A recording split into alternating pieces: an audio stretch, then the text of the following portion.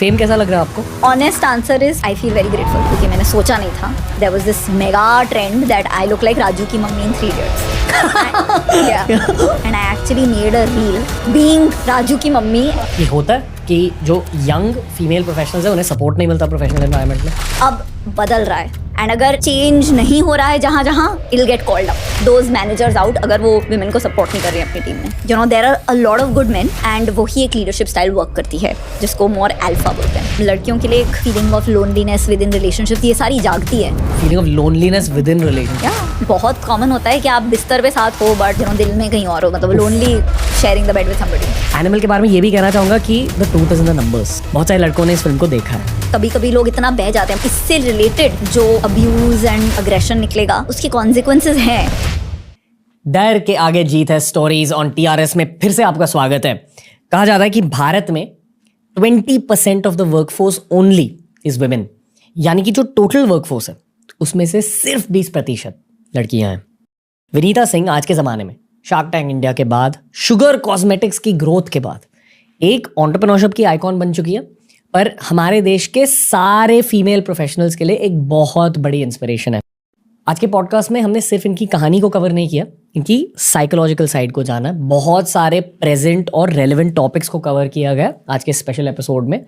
इसी तरह हमारे और 16 एपिसोड्स इस सीरीज के आप देखिए, ताकि आपको हिम्मत मिले, ताकि आपको इंस्पिरेशन मिले और ताकि आप हमारे देश के लेजेंड से उनकी डर और हिम्मत की कहानियों से ज़्यादा सीख सकें. यह है Vinita Singh of sugar cosmetics on TRS.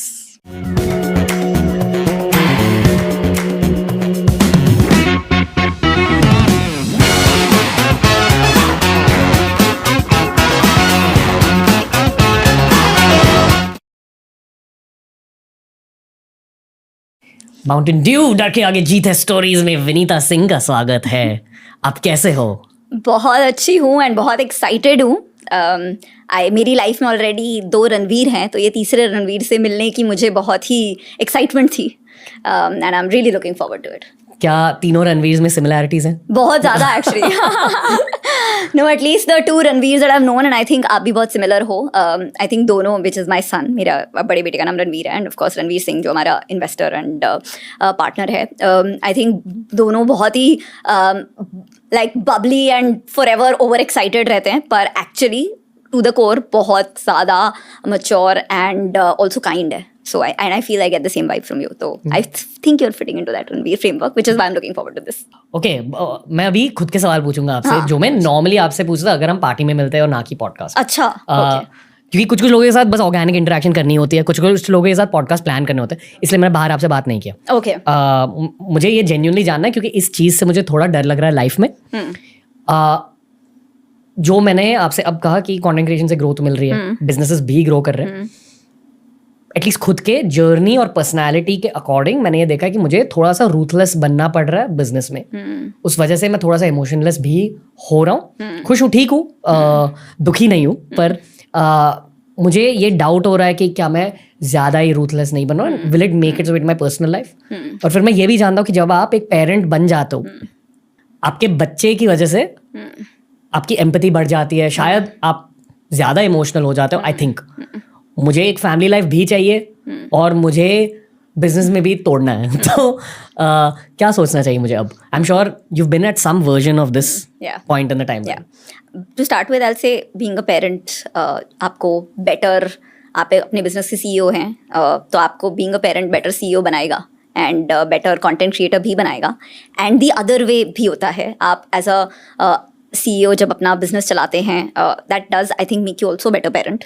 And मैं एक्सप्लेन करती हूँ, but to start with I जैसे कि मैं बहुत इमोशनल पर्सन हूँ, एंड बहुत बार कभी कभी डिसीजंस लेने पड़ते हैं which are in the best interest of the company. जैसे कभी कभी यू नो लोगों से जिनसे बहुत सालों के साथ काम किया है, समटाइम्स वो नहीं, they don't work any more, and then आपको उनके साथ वो टफ कॉन्वर्सेशन करनी पड़ती है जहाँ पे डायरेक्शंस पार्ट होती हैं, और मेरे लिए वो कॉन्वर्सेशंस बहुत मुश्किल होती है। मतलब मैं एक एक महीने तक प्रैक्टिस करती हूँ, सोचती हूँ बहुत कुछ। अब भी बहुत मुश्किल होता है बिकॉज मैं बहुत इमोशनल हूँ। मैं मतलब आई बहुत पर्सनली लेती हूँ बिजनेस को, एंड आई थिंक काफ़ी एंटरप्रेन्योर्स होते हैं बिकॉज इतने सालों तक अपने बेबी के उतर को ऐसे ग्रो करते हैं, तो उसकी तरफ इमोशनल होना जायज़ है। पर कई बार ये जो डिसीजंस होते हैं, ये also being transparent and honest बहुत इंपॉर्टेंट होता है। तो मैंने रियलाइज़ किया है कि जो avoiding conflict and avoiding honesty है, उससे कई बार मैं कंपनी का नुकसान ही नहीं, उस इंसान का भी नुकसान कर रही हूँ। क्योंकि हर इंसान, एवरी पर्सन डिजर्व्स कि उनको करेक्ट फीडबैक मिले। आप अगर जस्ट बिकॉज आप किसी को बहुत प्यार करते हैं, आप उनको अगर उनका राइट फीडबैक ना दें जिससे वो इम्प्रूव हो पाए, तो आप उनको एक डिससर्विस कर रहे हैं। सो आई फील दैट मैं अपने आप को बहुत मेंटली कॉन्वर्सेशन करती हूँ, how it makes sense going into these conversations, it's the right thing for the person that I am having this tough conversation with. पर काफ़ी सारे मेरे डिसीजंस इमोशन से होते हैं। जैसे फॉर इंस्टेंस कोविड के टाइम हम लोग मतलब 2020 में मार्च में हमने 100 करोड़ रेवेन्यू हिट किया था। It was a huge milestone जिसके लिए हमने बहुत साल मेहनत की थी, एंड हमारे कॉस्ट स्ट्रक्चर उसके अकॉर्डिंग थे। एंड अप्रैल 2020 में सडनली 0 रेवेन्यू हो गया था, और हम बैठे थे लेकर अबाउट 2000 एम्प्लॉयज़, एंड बहुत दिनों तक मतलब ये डिबेट चलता रहा कि इसको कैसे हैंडल करना है। And one of the things finally of course हमने सबको बहुत ऑनेस्टली बताया कि ये सिचुएशन है, एंड हमने अपने एम्प्लॉयज़ को पूछा दैट अब यहाँ से हम बचने के लिए, मतलब इतनी हमारी रेवेन्यू होती थी जो अब 0 हो गई है, हमारी कॉस्ट 7 करोड़ पर मंथ है, रेवेन्यू जो हमारा 13-14 करोड़ होता था वो अब 0 हो गया है। तो अब इस 7 करोड़ में से कुछ चीज़ें हैं जहाँ रेंट स्टोर का रीनेगोशिएट कर सकते हैं, जहाँ हमारा ऑफिस था उनसे हमें वेवर मिल गया था, ये कुछ चीज़ें हम रीनेगोशिएट रीस्ट्रक्चर कर देंगे। पर इसमें एक सैलरी का हेड है 4 करोड़ का, उसका हमें पता नहीं हम क्या करेंगे। हमारी कमिटमेंट आपको थी कि हम आपका ध्यान रखेंगे, तो एटलीस्ट 5-6 महीने तक तो हम कुछ नहीं करेंगे एंड आपको पे करते रहेंगे। बट उसके बाद पता नहीं, क्योंकि पैसे भी खत्म हो जाएंगे, बैंक में इतने ही पैसे बचे हैं। And when we had that conversation, हमने उनको ये भी बोला कि अगर आप में से कुछ लोग ऐसे हैं जिनके पास थोड़ी लिक्विडिटी है और आप एक पे कट ले सकते हैं, उसके अगेंस्ट आपको दुगना वैल्यू का ESOPs मिलेगा कंपनी में, तो आप लीजिए। एंड आई रिमेंबर ये ऑप्शन हमने सर्टन लेवल के ऊपर लोगों को ही, अबाउट 100 लोगों को ओपन किया था, एंड उसमें से ऑलमोस्ट 95 लोग आए जिन्होंने, कुछ लोगों ने 100% तक पे कट लिया उस टाइम। एंड तो it was a rational decision, क्योंकि हमने उनको ऑनेस्टली बताया कि हमारी हालत ख़राब है, कंपनी में 5-6 महीने से ज़्यादा के पैसे नहीं हैं, कोविड से कैसे जूझना है किसी को नहीं पता है, कब मार्केट खुलेगा, कब हम वापस बिजनेस में जा पाएंगे हमें नहीं पता है। तो ये सिचुएशन है। एंड हमने उनको ऑनेस्टली रैशनल लॉजिक भी बताया कि इसकी कॉस्ट हम कम नहीं करेंगे तो हम अटक जाएंगे, पर एक इमोशनल अप्रोच भी लिया जहां हमने उनको बोला कि यू ट्रस्टेड अस एंड हम आपको लेट डाउन नहीं करेंगे। अगर हम आपको लेट डाउन करेंगे एंड ऐसी सिचुएशन आती है तो हम आपको 2 महीने पहले बताएंगे जिससे आप उसके लिए प्रिपेयर कर सको। तो I think there is a way to be rational and do the right thing अपने बिजनेस के लिए, पर still not forget the kindness and the human side that we have। और मुझे लगता है कि फाइनली लॉन्ग टर्म में वही मैटर करता है। मेरी बहुत इच्छा है कि लोग चाहे 5 साल काम करें या 2 साल काम करें, अभी कुछ एम्प्लॉयज़ ने 10 साल कंप्लीट किए बिजनेस में, जो भी जाए एटलीस्ट ये बोले कि कंपनी मेरे साथ फेयर थी एंड अच्छे लोग चलाते हैं। एंड अगर आप ऐसा कर सकते हो ओवर 20-30-40 साल, तो आपके सारे एक्स एम्प्लॉय स्टेक होल्डर बन जाते हैं। कई एम्प्लॉयज़ हमारे हैं, जैसे मेरी जो एग्जीक्यूटिव असिस्टेंट है, वो मतलब शुरू में हमारे साथ थी, फिर उसके बाद कहीं और चली गई बेटर सैलरी के लिए, फिर वापस आ गई, तो कई लोग वापस आते हैं। And eight the end of the day ना, बिजनेस को सक्सीड करने के लिए सबसे ज़रूरी चीज़ ना आइडिया नहीं होता है, एग्जीक्यूशन होता है। क्योंकि आइडियाज़ करोड़ों लोग के पास है, इंडिया इतना कंपेटिटिव है, 140 करोड़ लोग इतने इंटेलिजेंट है, आइडियाज सबके पास है। And the difference between a good business and bad business is just execution. And execution का एक सबसे इंपॉर्टेंट एलिमेंट है टीम, एंड वो टीम को सिर्फ लॉजिक से नहीं मोटिवेट किया जाता है, उनको लॉजिक प्लस इमोशन से ही। So I feel that which was the beginning में मैंने जो बोला, आप अगर डिसाइड करेंगे becoming a parent, it will make you better at the business that you do. And because आपका वो जो इमोशन है, आपकी जो पेशेंस बढ़ जाती है। मेरे हिसाब से एम्पथी या इमोशन मेरा मदर बनने से बढ़ा नहीं, क्योंकि वो पहले से ही बहुत था, पर पेशेंस बहुत बढ़ गई. कभी कभी ऐसे होता है कि हम लाइक कोई हमारी स्पीड पे सोच नहीं रहा होता है, लाइक इवन शार्क टैंक पे होता है, लाइक कोई समझ नहीं पा रहा होता है तो इम्पेशेंस हो जाती है. पर बच्चे बहुत पेशेंस सिखा देते हैं, बच्चे सिखा देते हैं living in the moment, and वो मैंने बहुत सीखा. And I think I am a much better leader thanks to the fact that I have children.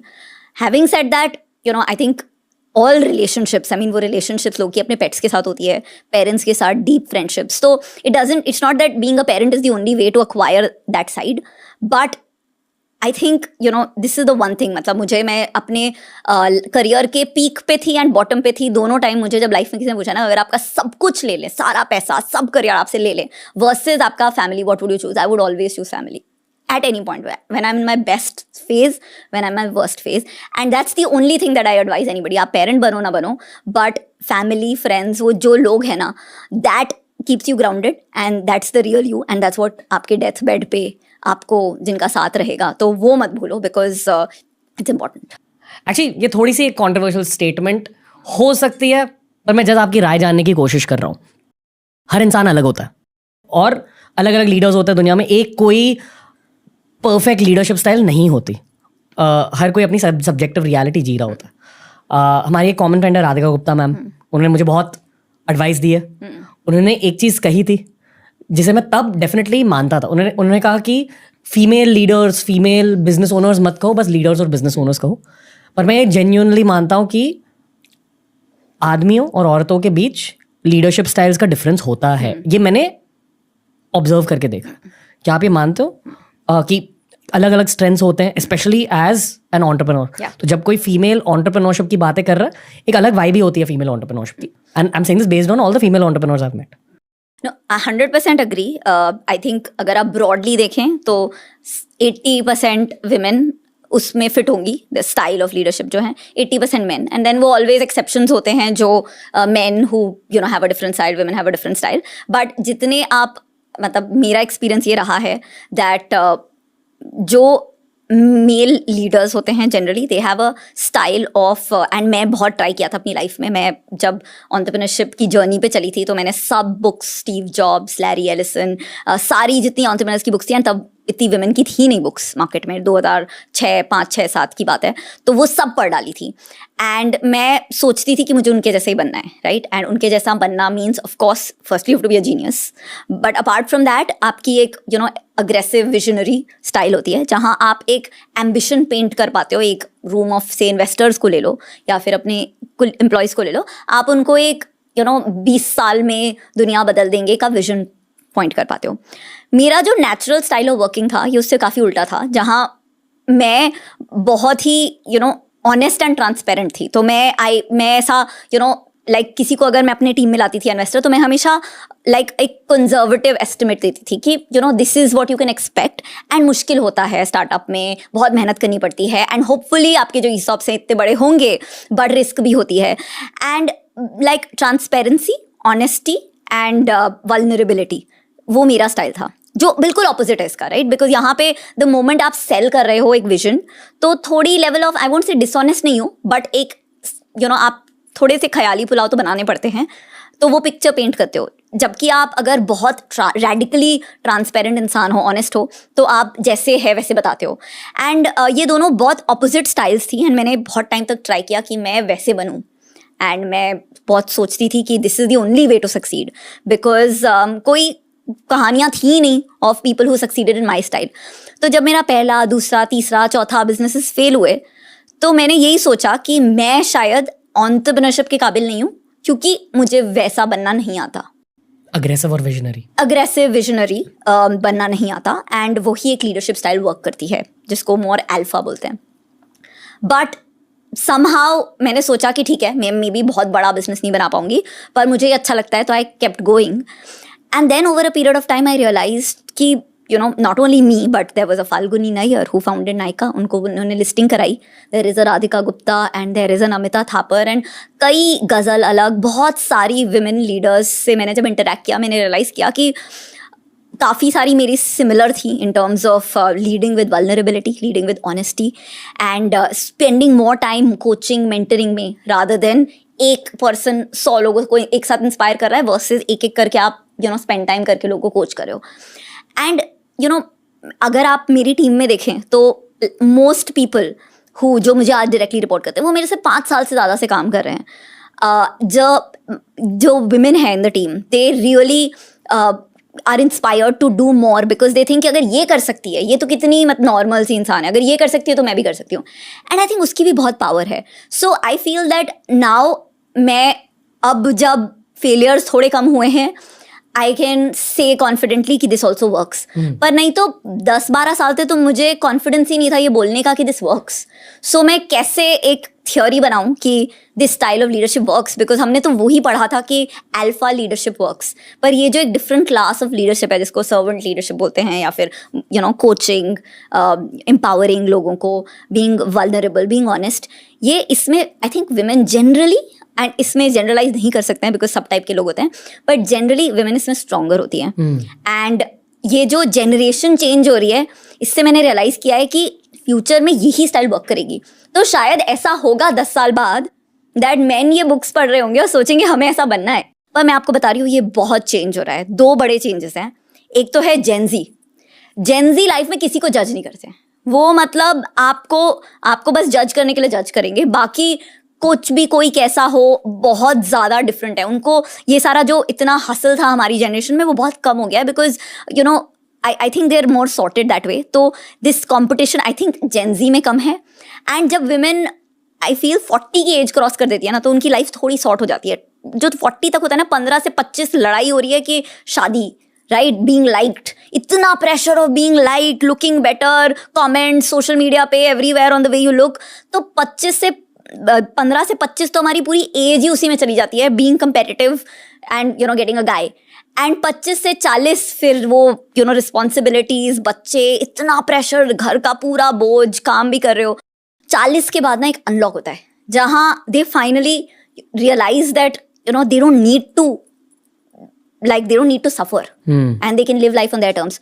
उस टाइम आई फील वो सबसे ज्यादा आई वुड से माई डेफिनेशन फेमिनिस्ट हो जाती है, जहाँ वो और विमेन को सपोर्ट करती हैं. वो उनके बेस्ट फ्रेंड्स, उनके फ्रेंड्स होते हैं. आप देखिए गर्ल्स ट्रिप का ट्रेंड जो 40+ वुमेन में, इट्स फिनोमिनल बिकॉज रियलाइजेशन होती है कि सबसे इंपॉर्टेंट इंसान आफ्टर माई प्रोबेबली बच्चे एंड हस्बैंड इज मेरी गर्लफ्रेंड्स, क्योंकि वो समझ सकती हैं कि उस जर्नी एंड वो pain and how difficult things are. And that feeling of empathy से हम एक दूसरे को सपोर्ट भी ज़्यादा करते हैं. तो अब मैं देख रही हूँ अगर जेनजी ले लो, 40+ ले लो, तो बीच में कोई बचा ही नहीं है. तो आई फील दैट ये ऐसा शायद पहले था क्योंकि कंस्ट्रेन्ड एनवायरनमेंट था, अब बदल रहा है. एंड आई थिंक 10 साल में तो ऐसा दिखेगा ही नहीं.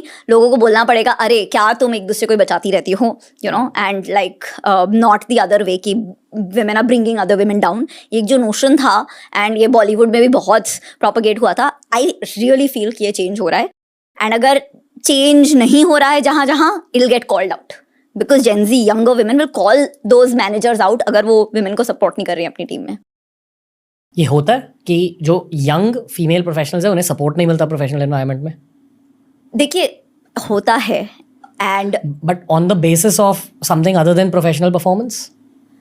सी प्रोफेशनल परफॉर्मेंस बहुत सब्जेक्टिव चीज़ होती है. एंड जैसे ट्रेडिशनली क्या होता था, एक बॉयज़ क्लब होता था विच इज़ बेसिकली कि आप स्मोक ब्रेक पे किसके साथ जा रहे हो, आप काम करने के बाद ड्रिंकिंग किसके साथ जा रहे हो, एंड देन वो जो रिलेशनशिप होती है वो डिफरेंट लेयर्स में हो जाती है. बॉस, उसका रिपोर्टी, तीनों लेयर्स में वो रिलेशनशिप है. एंड देन फिर सडनली इट इज़, जब आप एक पर्सनल कनेक्शन होता है तो सारे डिसीजंस जो हैं परफॉर्मेंस रिव्यू वाले वो ऑब्जेक्टिव नहीं होते हैं, काफ़ी सारी चीज़ें सब्जेक्टिव भी होती हैं.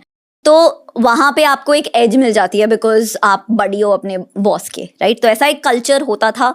बंदियों के साथ अनफॉर्चुनेटली नहीं होता था क्योंकि उन्हें जैसे ही काम खत्म हुआ भागना होता था, घर पे जाके बच्चों का ध्यान रखना है. तो women never had that network. तो विमेन वर मतलब उनको चली भी गई अगर स्मोक ब्रेक में, तो लोग ऐसे करके देखते थे कि ये क्यों आ गई है, कोई कनेक्शन ही नहीं था, राइट. सो आई थिंक तो विच इज़ वाई आई फील कि विमेन काफ़ी बार प्रोफेशनल सिस्टम्स में निगलेक्ट होती थी. दूसरा आई थिंक स्ट्रक्चरली जो परफॉर्मेंस के क्राइटेरिया होते हैं उसमें ये सारे क्राइटेरिया जो है असर्टिवनेस, अग्रेशन, सेल्फ प्रमोशन, अपने आप को प्रमोट करना, नेटवर्किंग, इनको आज भी बहुत भाव दिया जाता है. अब naturally women are terrible at being assertive. मैं कितनी बार देखती हूँ कि नेगोशिएशन जो है सैलरी का, वो बंदियाँ बहुत कम करती हैं, बंदे बहुत ज़्यादा करते हैं, because women are afraid to ask for what they deserve. तो असर्टिवनेस कम है, अग्रेशन कम है, खुद को प्रमोट नहीं करती हैं, थोड़ा बोलती हैं कि अरे खुद को प्रमोट करना गलत बात है, क्योंकि हमें बचपन से बताया जाता है कि वो लड़की किसी को पसंद नहीं है जो अपनी तारीफ करती है, अपनी बढ़ाई करती है। I hope like the trend of पू चेंज दैट। मैं अपनी फेवरेट हूँ, नहीं गीत, सॉरी करीना बल्कि हाँ, गीत चेंज दैट कि मैं अपनी फेवरेट हूँ। बट तब तक मतलब लोगों को लगता था कि अरे मेरे को कोई लड़का लाइक नहीं करेगा अगर मैं अपनी बढ़ाई करूँ एंड बहुत एम्बिशियस दिखूँ। तो वो एम्बिशियस नहीं साउंड करती है, वो नेटवर्किंग कम करती है। तो आई थिंक ये थोड़े कंडीशनल चीज़ें हैं जिसकी वजह से वुमेन को वो सारे डेफिनेशंस ऑफ परफॉर्मेंस रिव्यूज़ में कम स्कोर दिया जाता है। तो आउटपुट दो इंसान का सेम हो, chances because of all of these of the women getting promoted कई बार ऑर्गेनाइजेशंस में कम होती है, बट काफ़ी organisation which are now women led like Sugar, ये सब चेंज हो रहा है क्योंकि हम बहुत ज़्यादा ऑब्जेक्टिव बना रहे हैं परफॉर्मेंस अप्रेजल प्रोसेस। एंड ये सारे जो क्राइटेरिया हैं जो स्ट्रक्चरली बंदियों के फेवर के अगेंस्ट काम करते हैं, उनको हटा रहे हैं, एंड उससे आई थिंक बहुत फ़र्क पड़ता है। ओके, मैं कुछ चीज़ें कहना चाहूँगा। Again feel free to disagree. मैं बस ज़्यादा गहराई से सब्जेक्ट को जानने की कोशिश कर रहा हूँ। हमने मेल लीडरशिप और फीमेल लीडरशिप स्टाइल्स की बात करी। आपने कहा कि जनरली स्पीकिंग, ये बहुत जनरलाइज स्टेटमेंट है, पर मेल लीडरशिप स्टाइल थोड़ी विजनरी और अग्रेसिव होती है, क्योंकि मोस्टली बॉयज़ ऐसे होते हैं, हवे में रहता है, और अग्रेशन एक इनहेरेंट चीज़ होती है स्पोर्ट्स की वजह से वगैरह वगैरह। नॉट टू से the girls don't play sports, I am not getting that, but ये जनरली एक मेल ट्रेट होती है। तो मेरा मानना यह है कि बॉयज़ इनहेरेंटली थोड़े से संकी होते हैं, पागल होते हैं। उन्हें ये लगता है कि उनके कैपेबिलिटी से ज़्यादा जो चीज़ है वो कर पाएंगे, क्योंकि बचपन से हमें ये कहा जाता है कि भाग, या ये उठाओ, या ये फिक्स कर दो। एंड एक्सपीरियंस के through the experience of being a boy आपको बहुत ज़्यादा कॉन्फिडेंस भी मिल जाता है, प्लस अपने ब्रोज की वजह से जो कहते हैं कि हाँ तू कर लेगा तू, एट्सेट्रा। बट जनरली मैंने ये देखा है कि लड़कियों को एक ऑपोजिट रियलिटी जीनी पड़ती है, और इसलिए जो आपने कहा कि एक फीमेल लीडरशिप स्टाइल होती है जो बहुत वल्नरेबल और रियलिस्टिक होती है। इन माई ओन टीम्स जितने भी फीमेल लीडर्स हैं वो सारे बहुत अच्छे पर्सपेक्टिव्स देते हैं कि आप ये भी सोचो, आप लैटरल थिंकिंग भी अप्लाई करो इस प्रॉब्लम पे। That's their role in the team very often. जो again I would attribute to realism, वो रियलिटी को ज़्यादा अच्छे से पहचानते हैं लड़कियाँ जनरली स्पीकिंग। पर इसकी एक डाउन साइड ये होती है कि एंटरप्रेन्योरशिप की शुरुआत में, जब आपकी एंटरप्रेन्योरियल जर्नी स्टार्ट भी नहीं हुई है, या अगर आपका करियर स्टार्ट भी नहीं हुआ है, आप में एक थोड़ा सा लैक ऑफ कॉन्फिडेंस होता है। And normally mostly boys girls कोई भी इस फेज में गेम हारता या जीतता है। इसलिए जब हम कह रहे हैं कि only 2.5% women get funded, somewhere मुझे ये लगता है कि इस ओरिजिन पॉइंट की वजह से हो रहा है, क्योंकि लोग गेम स्टार्ट होने से पहले ही जीत रहे हैं, हार रहे। नो 100%। एंड मैं मतलब अपने आप को इतनी बार बोलती हूँ, जैसे आपने बताया करेक्ट एग्जाम्पल है, अगर आप कोई भी लाइक लड़का लड़की की सिचुएशन जो हमारे स्कूल में होता था, तो लाइक लड़का विल ऑलवेज अस्यूम अरे she likes me, that's why मेरे से हैंग कर रही है। लड़की विल ऑलवेज नो ही तो डजंट लाइक मी, ही तो ऐसे ही मतलब ही लाइक्स हर। तो दिस होल अजम्पशन कि the world is centred around me and मैं कुछ भी कर सकता हूँ, वो कॉन्फिडेंस लड़कों में बहुत ज्यादा होता है, also because of the way they brought up. Mummy का लाडला बेटा, एग्जैक्टली। एंड लड़कियों में उल्टा होता है, बिकॉज वो बचपन से उनको आदत है सपोर्टिंग रोल प्ले करने की, तो वो मतलब वो दे आर बेसिकली वो not I won't say sacrifice, but वो दूसरों के लिए मदद करो, अपने पापा की मदद करो, बचपन से किचन में हाथ बटाती है, यहाँ पे हाथ बटाती है, तो उनको लगता है कि उनका लाइफ में पर्पस है सपोर्टिंग रोल का, and world does not centre around them is the assumption. तो आई थिंक ये बहुत ही एक वेरी वेरी डीप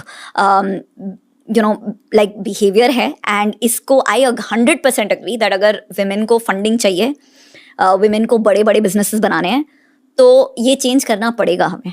एंड मैं खुद अपने आप से इतनी रोज बात करती हूँ about being more confident, not having, जिसे बोलते हैं इम्पोस्टर सिंड्रोम, जहाँ आप कितना भी आगे पहुँच जाओ आपको लगता है मैं तो लक बाय चांस हो गया, मैं आई डोंट डिजर्व इट। और अपने अंडर कॉन्फिडेंस पे वर्क करना एक रोज का काम है, और मैं इतनी लंबी जर्नी में आई हूँ फिर भी मुझे करना पड़ता है।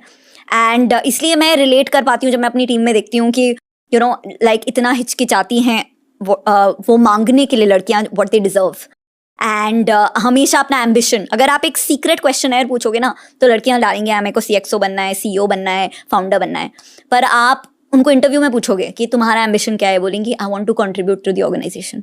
और ये मैंने इतनी लड़कियों के साथ देखा है, क्योंकि उन्हें लग रहा है ये जज हो जाऊंगी मैं। अपना एम्बिशस दबा के रखो, कवर्ड के अंदर छुपा के रखो, क्योंकि एम्बिशन बाहर निकल गया तो लड़का नहीं मिलेगा, या लोग जज करेंगे, लोग बोलेंगे कैसी हाई फ्लाइंग है। एंड ऐसा होता भी है, मतलब सेम ट्रेड्स वाला लड़का और लड़की हो तो लड़के को बोलेंगे अमेजिंग लीडर, लड़की को बोलेंगे bossy, too aggressive, too in your face, ऐसी ऐसी चीज़ें बोलेंगे। तो ऐसा होता भी है, and then that sort of backs and then they become more and more careful कि वो कैसे अपने एम्बिशन को वॉइस कर रही है।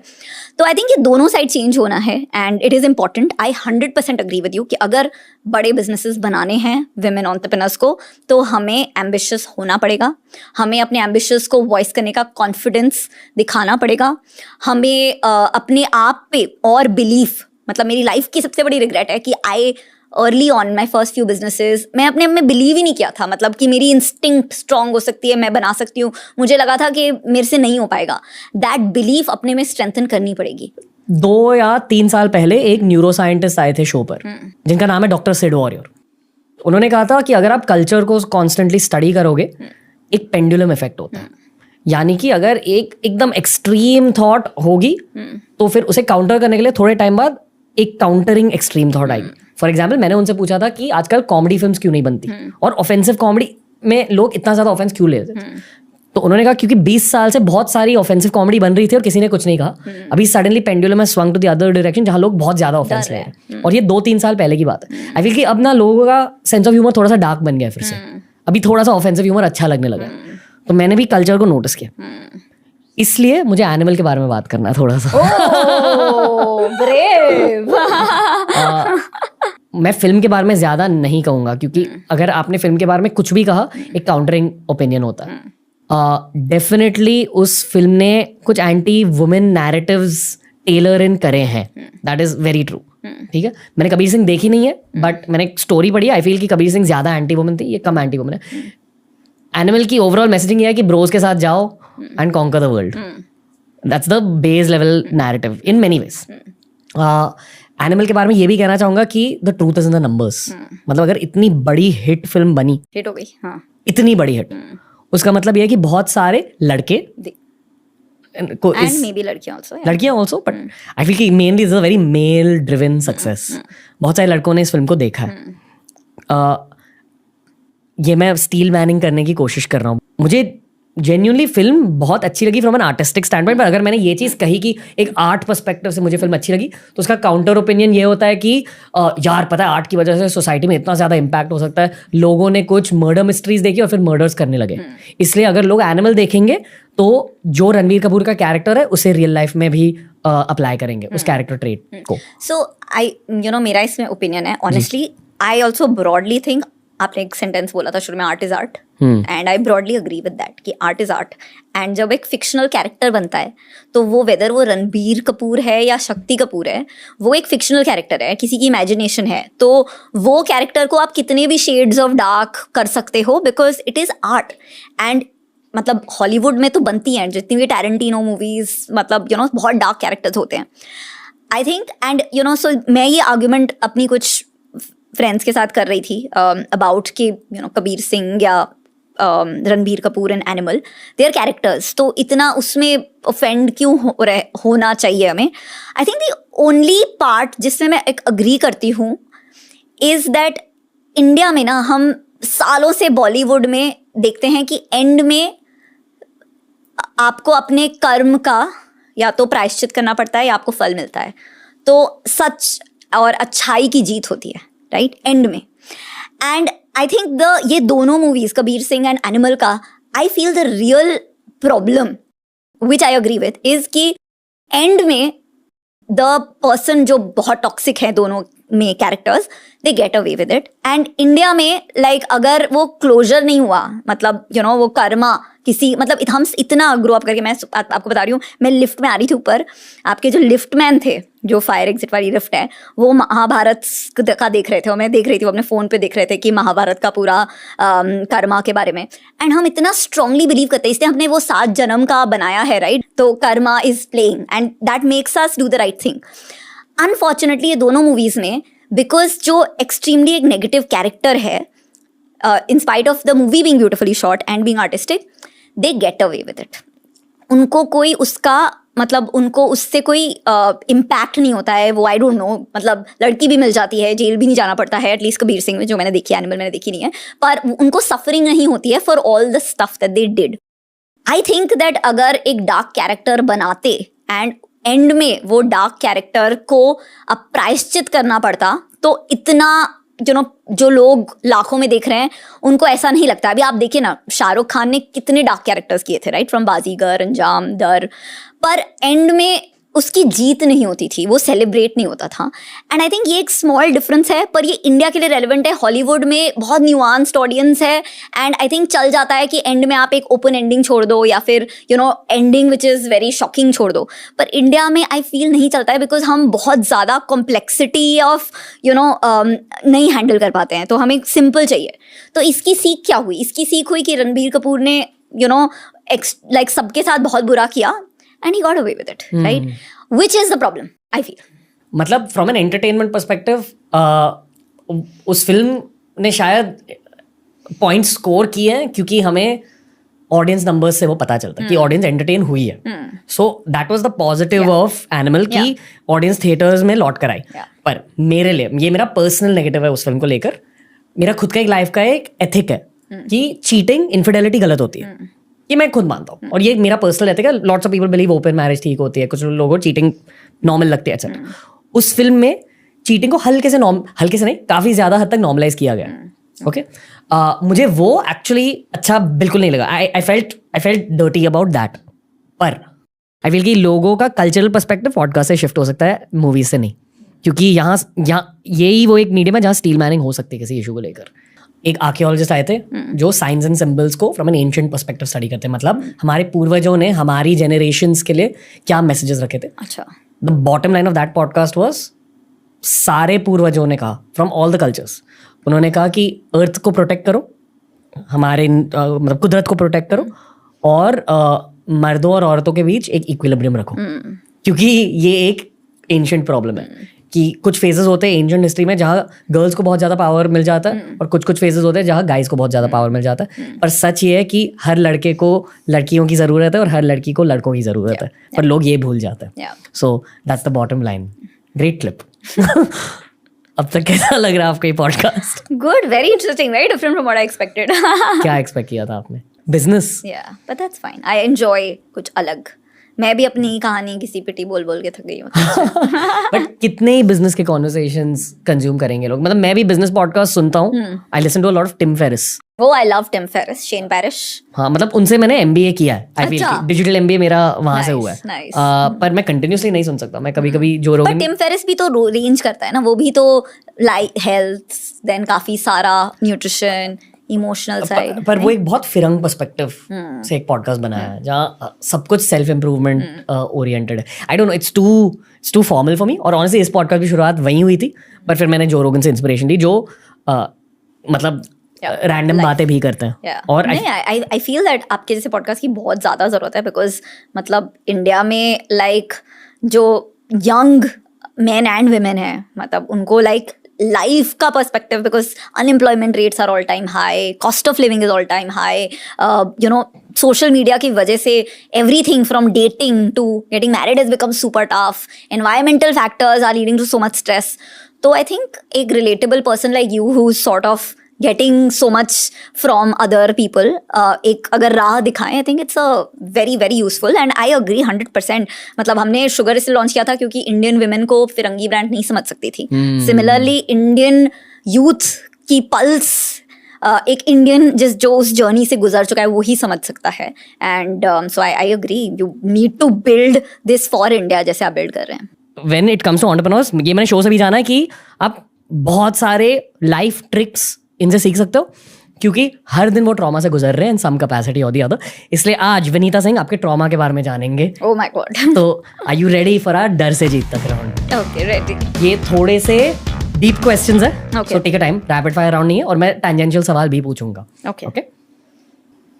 Vinita Singh, take a time with this. आपके टीनेज या कॉलेज लाइफ में आपका सबसे बड़ा डर क्या था और जिंदगी ने उस डर के बारे में आपको क्या सिखाया? आई थिंक सबसे बड़ा डर तो फेल होना था, बहुत बड़ा डर था फेल होने का। फेल होना था मतलब क्या? कि मतलब छोटी छोटी चीज़ें, राइट, मतलब लाइक अगर बहुत ख़राब नंबर आते थे कोई टेस्ट में, तो वो जो लॉन्ग वॉक, मुझे याद है all those hundreds of walks bus stop से घर तक की, जब पता था अभी बहुत ज़्यादा बजने वाली है घर पे जाके, तो मैं मतलब इतना स्लो मोशन में सोचते सोचते मतलब घर में कदम रखने की हिम्मत नहीं होती थी।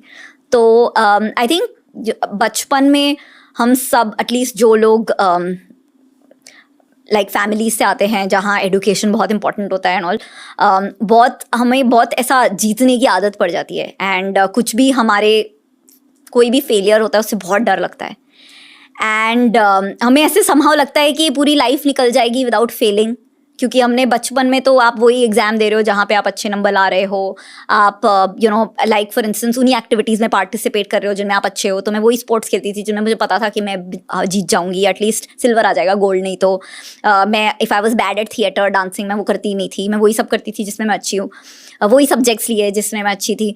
तो ऐसे फेलियर अवॉइड करते करते किसी तरह 21-22 तक पहुँच जाते हो, पर फिर लाइफ में तो दबा के फेलियर आता है, राइट, रिलेशनशिप्स में, करियर में, बिजनेस छोड़ो, इवन अदर करियर्स में आप कितना भी मेहनत कर लो, आपके अगेंस्ट पॉलिटिक्स हो सकता है, आपके अगेंस्ट बहुत सारी चीज़ें होती हैं, आप फेल हो जाते हो। तो वो जो फेलियर को अवॉइड करते करते जो हम पहुंच जाते हैं 21-22 साल की एज तक, वो आई थिंक बहुत महंगा पड़ता है, एंड फाइनली वही लोग सर्वाइव करते हैं जिनको हारना आता है और जिनको हारने से डर नहीं लगता है। बिकॉज आई रियली थिंक कि सारे सपने जो हैं वो हारने के डर से ही मरते हैं, हार से नहीं मरते हैं। सो I think they say that fear kills more dreams than failure ever will, and I have seen that. मतलब अपनी लाइफ में मैंने इतनी कोशिश की कि मैं फेल ना हूँ, एंड सेव द बिजनेस, बहुत टाइम चलाने की कोशिश की, बट आई थिंक 21-22 साल तक मैक्स आप अवॉइड कर सकते हो। उसके बाद situations happen where failure happens, and मेरा सबसे बड़ा डर था कि मुझे आईआईटी में लाइक अगर मेरा रैंक नहीं आया, उसका बहुत डर था, किसी तरह आ गया, राइट, एंड अच्छी जॉब नहीं लगी, उसका बहुत डर था, किसी तरह लग गई। तो मुझे फिर लगा था कि मैं तो इनविंसिबल हूँ। पर फिर उसके बाद जब मैंने बिजनेस स्टार्ट किया 23 पे, 12 साल तक लाइक रोज कुछ ना कुछ रिजेक्शन, फेलियर, थप्पड़ पड़ता था, and it was very hard. मतलब coming to terms with the fact कि मैं लाइक स्पेशल नहीं हूँ, कि मैं अभी तक मेरे अच्छे नंबर आ गए, अच्छी जगह एडमिशन हो गया एंड अच्छी जॉब मिल गई, तो मुझे लगने लग रहा था कि मैं स्पेशल हूँ। पर दैट रियलाइज कि हम कोई स्पेशल नहीं है, आप कितने भी स्पेशल हो, life comes at you, right? And वो होता है, and the secret to life बचपन में हमें लगता है कि is to avoid those situations, वो challenges, वो failures, वो मुश्किलों को किसी तरह avoid करते करते ऐसे निकल जाओ, वही होती है secret. But secret actually बाद में realize होती है कि आप कितनी बार गिर के उठ सकते हो, आपको कितनी मार आप झेल सकते हो लाइफ की, because there is no other way. And तो बचपन में लोगों को लगता था जो स्मार्टेस्ट बच्चा है, जो सबसे मेहनत करे, वही सक्सीड करेगा, पर बाद में पता चलता है कि वो सक्सीड करते हैं जो ऐसे मून शॉट्स ले लेते हैं, लाइफ में बड़ी रिस्क ले लेते हैं। जैसे आपने अपना यूट्यूब चैनल स्टार्ट कर दिया अहेड ऑफ इट्स टाइम, इतनी बड़ी रिस्क है, right? Not like the smarter people than you in your class didn't think of doing that, पर वो किए बिना and those rejections and trolling झेले बिना आप यहाँ तक नहीं पहुँच सकते थे। तो ये this is the journey of life is through उस डर के आगे जीत है, I guess. I mean I don't know जीत है कि नहीं, बिकॉज मैं मैराथन भागती हूँ, मैराथन में ना कोई विनर नहीं होता है, and I love that concept because like life and like business कोई विनर नहीं है, but it is about getting to the finish line and staying the course. अभी दूसरा सवाल, और ये टेक्निकली फर्स्ट सवाल से थोड़ा सा लिंक्ड है, फर्स्ट जवाब से थोड़ा सा लिंक्ड है। बिजनेस में प्रोडक्ट्स या सर्विसेज के फेलियर के अलावा एक बिजनेस ओनर के दिल में सबसे बड़ा डर क्या होता है? पहली तारीख, सैलरीज। हाँ, ट्रू। बहुत आई थिंक सब लोग सेलिब्रेट करते हैं फर्स्ट ऑफ द मंथ, क्योंकि सैलरी आती है। आप कोई भी स्टेज ऑफ बिजनेस में हो, वो जो first month of the month होता है ना, कि कहाँ से आएगा, लोगों को टाइम पे सैलरी देना एक बहुत बड़ा उसूल है हमारी कंपनी में सालों से।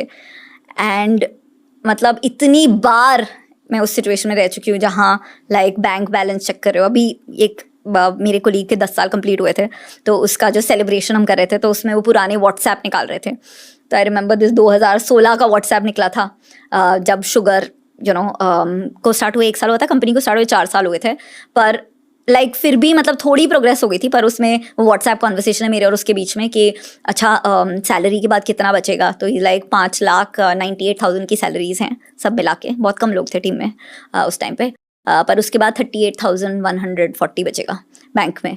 एंड देन अच्छा तो अब वेंडर पेमेंट कैसे प्लान कर रहे हैं, एंड कितनी बार ऐसे होता था दैट अरे अभी सेविंग्स में से लाइक शुरू में डाल दो सैलरी पे करने के लिए, फिर बाद में ले लेना, पर फिर वो इतना बड़ा सैलरी बिल बन जाता है कि आपकी सेविंग्स भी इनफ नहीं होती है। तो आप देन सोचते अच्छा ठीक है ब्रिज राउंड मिल जाए, वर्किंग कैपिटल। एंड मैं आजकल इतनी सारी स्टार्टअप्स को देख रही हूँ, एक कॉन्सेप्ट होता है रनवे, कि आपके पास कितने महीनों का बैंक बैलेंस बचा है। एंटरप्रेन्योर्स का ना एक सबसे बड़ी बीमारी है कि हम बहुत ऑप्टिमिस्टिक होते हैं, तो हमें लगता है किसी तरह कुछ तो पैसा आ जाएगा, वो क्लाइंट से मैं पैसा निकाल लूंगा, या फिर एक फंडिंग का अगर मुझे किसी ने मीटिंग में बोला है तो मुझे प्रोडक्ट अच्छा लगा तो मुझे 3 महीने में पैसे आ जाएंगे, तो कभी होता नहीं है। एंड लोग are sitting on those 3 months का रनवे कि 3 महीने में कंपनी बंद हो जाएगी। तो उस टाइम पे जो लाइक दैट स्ट्रेस होता है, that stress is I think एक एंटरप्रेन्योर की लाइफ का सबसे बड़ा, मुझे तो लगता है वो प्रोडक्ट फेल ठीक है झेल लेंगे, पर वो जो cash running out of cash का फेलियर है ना, वो बहुत मुश्किल होता है। End fund raising, funding time पे आना, ये सारा इजी नहीं है। ये सारा आजकल इजी लगता है क्योंकि हम देखते हैं इतना न्यूज़, एंड क्योंकि बोरिंग न्यूज़ को रिपोर्ट नहीं किया जाता। या बोरिंग न्यूज़ को नहीं रिपोर्ट किया जाता, but that is the reality of entrepreneurship. It is very hard, and the hardest part is running out of capital. The hardest thing is seeing your like आपके जो एम्प्लॉयज़ हैं, they have certain expectation from you, तो feeling that stress कि पहली तारीख को you will not be able to live up to those expectations, and luckily I've maintained that कि कुछ भी हो जाए सैलरी एक भी दिन डिले नहीं होनी चाहिए, and that is कंपनी कितनी भी ट्रबल में हो, that is the one thing we make sure। but then it is very hard because bank balance 38,000 पहुंच जाता है even when you are sitting on like 7-8 crore का revenue, and that's what we were at that time, but it's hard।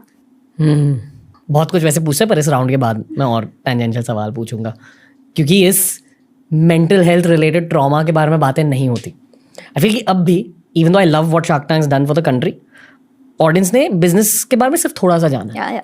ये सब नहीं जानते लोग कि कितना ज़्यादा ट्रॉमा देखना पड़ता है। आई मीन आज तो इतने founders are in debt traps, जहाँ उन्होंने ऑप्टिमिज्म में लोन ले लिए हैं, 18% पे लोन चुका रहे हैं, एंड लाइक 3 महीने का रनवे है, तो आपके वेंडर्स हैं, सैलरीज है, लोन्स है। इट्स मतलब the everyday stress. And the thing about entrepreneurship is ना, हर चीज़ में एक होता है लाइक बचपन जैसे बोलते थे ना, बस इंजीनियरिंग कर ले उसके बाद लाइफ में जो करना करना, जॉब मिल जाए बस। एंटरप्रेन्योरशिप में ना लाइक लोग सोचते अरे सीरीज ए हो जाए, ये फंडिंग हो जाए, वो हो जाए, ये प्रोडक्ट क्रैक हो जाए, 100 करोड़ रेवेन्यू, 1000 करोड़, कोई भी स्केल पे आप किसी भी एंटरप्रेन्योर को पकड़ लो, this cash flow planning and making sure कि लाइक सब कुछ हो रहा है एज पर लाइक रिस्क्स नहीं है, एंड फेलियर्स नहीं है, सेटबैक नहीं है, एंड कंपनी दांव पे नहीं लग रही है, बहुत मुश्किल होता है इंश्योर करना, एंड बार बार होता है ये। सो तो as an entrepreneur then like you said beginning में, emotionless, I don't think emotionless, but you become numb, you don't celebrate wins too much, and you don't celebrate the failures too much, you know that this is part of the journey, all you have to do is next morning show up. विप को हिंदी में क्या कहते हैं? Hunter whip लोग जानते हैं वैसे। I feel कि entrepreneurship is you whipping yourself and then going woo. Okay. that's what I've seen even on the show. Yeah. कि खुद को बस मार रहे हैं, पीट रहे हैं, but enjoying also at the same time. Yeah, you're part of that sadistic club. थोड़ा sadism चाहिए रहता है to be an entrepreneur. Okay. Number 3. आपके एक्सपीरियंस में भारतीय औरतों के प्रोफेशनल लाइफ में सबसे बड़ा चैलेंज क्या होता है? और ये एंटरप्रेन्योर्स और नॉन एंटरप्रेन्योर्स की बातें भी होंगी, क्योंकि हर कोई फाउंडर बनने के लिए पैदा नहीं होता। ये जो भी चैलेंजेस है, इनका सामना करने के लिए हिम्मत कहाँ से ली जा सकती है? मैं इसमें एक like there are lot of challenges, but if I have to prioritise number 1 challenge, then it is not related to business या काम, इट इज़ एक्चुअली आपका पार्टनर का सपोर्ट कितना है। एंड मैं अपने कोलीग्स को जेन्युइनली बताती हूँ कि प्रॉबेबली विमेन के लिए सबसे इम्पॉर्टेंट करियर डिसीजन होता है कि वो उनका पार्टनर कौन है, वो चूज़ करना, एंड वो बहुत इंपॉर्टेंट होता है। बिकॉज आज भी अगर आप डेटा देखें, एंड ये बिल एंड मेलिंडा गेट्स की रिसर्च का डेटा है पिछले 10 साल का, कि इंडिया में जो विमेन हैं वो अनपेड लेबर जो इसको बोलते हैं, विच इज़ जो काम के लिए आपको पैसे नहीं मिलते हैं, घर के काम, बच्चों को देखना, सब घर का मैनेज करना, वो सारे में द रेशियो ऑफ आवर्स 6:1 है। सो 6 times more hours being put by women, including अगर उनकी पढ़ाई अच्छी हुई है, पोस्ट ग्रेजुएट हैं तो भी, जॉब कर रही है तो भी 6:1 है। अब आप जस्ट सोचो 24 घंटे सबके दिन में अगर आप 6 गुना ज़्यादा काम कर रहे हो घर का, तो एंड आपको उसमें सपोर्ट नहीं मिल रहा है, तो आप कैसे विद फ्यूअर आवर्स आप कैसे जॉब में किसी से बेटर कर पाओगे?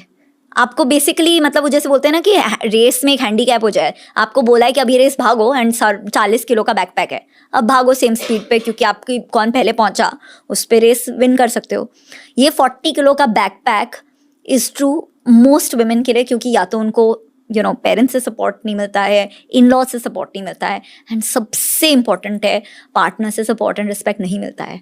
एंड बहुत सारी वुमेन लाइक मैं देखती हूँ जो एम्बिशियस होती हैं, इंटेलिजेंट होती हैं, वो नहीं कर पाती हैं because it gets beyond a point. आप जब वो 25 से 40 ना, मैं बोलती हूँ लड़कियों के लिए एक मतलब द डार्केस्ट फेज होता है, सबसे ज़्यादा highest cases of postpartum depression, all types of mental health issues, because it's just like they are lonely. And वो जो बोझ है जिसको बोलते हैं, मतलब उनके दिमाग में ना एक एक्सेल टैब्स की तरह जो होते हैं ना, एक्सेल पे आपके 15-20 टैब्स खुले हैं, वैसे उनकी लिस्ट चल रही होती है कि आज ये करना है, वो करना है, उसको गिफ्ट देना है, उसकी शादी है, वो करना है, घर के लिए ये खाना मंगाना है, बाइक को ये बोलना है, ऑफिस में ये करना है, मतलब वो जो लिस्ट बन रही है वो उसके दिमाग में कॉन्स्टेंटली चल रहा है। तो वो काम पे भी है तो उसके दिमाग में वही मेंटल प्रोसेसर चल रहा है।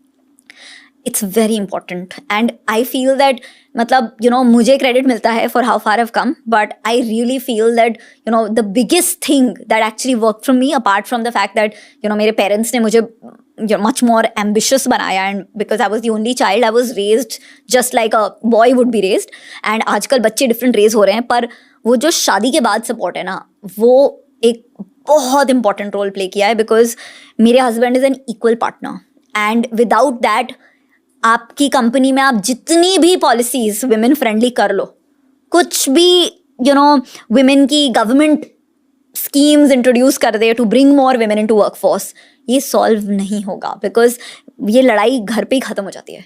एंड अभी उसी में बहुत टाइम है, एंड ये बहुत इंपॉर्टेंट है। मतलब लोग बोलते हैं 5 ट्रिलियन की इकोनॉमी बनानी है, अगर वर्कफोर्स में ये जो लेस देन 20% विमेन है वो 30% तक नहीं आया, तो हम 5 ट्रिलियन की जीडीपी नहीं बना पाएंगे। तो I feel this is something that is important for all of us, and इसका जो चेंज आएगा वो होपफुली आपकी generation and younger men have to bring about, क्योंकि विदाउट दैट सपोर्ट की, रिस्पेक्ट की, इट डजेंट मैटर। अगर हम 2 लोग की शादी हुई है, एक की सैलरी 25,000 है, दूसरे की 1 लाख है, तो इट डजेंट मीन दैट उसका करियर ज़्यादा इंपॉर्टेंट है, क्योंकि करियर में ना एक कंपाउंडिंग होती है। कई बार ऐसा होता है आप 25,000 से स्टार्ट करते हो, पर आपको बहुत पसंद है आपकी जॉब, आप सीख रहे हो in your 20s early 30s, and आप सडनली इतना अनलॉक होता है कि आप फिर सडनली बहुत कमा लेते हो, उसमें स्टेबल रहते हो, सीईओ बन जाते हो अपनी कंपनी की, बहुत कुछ हो सकता है।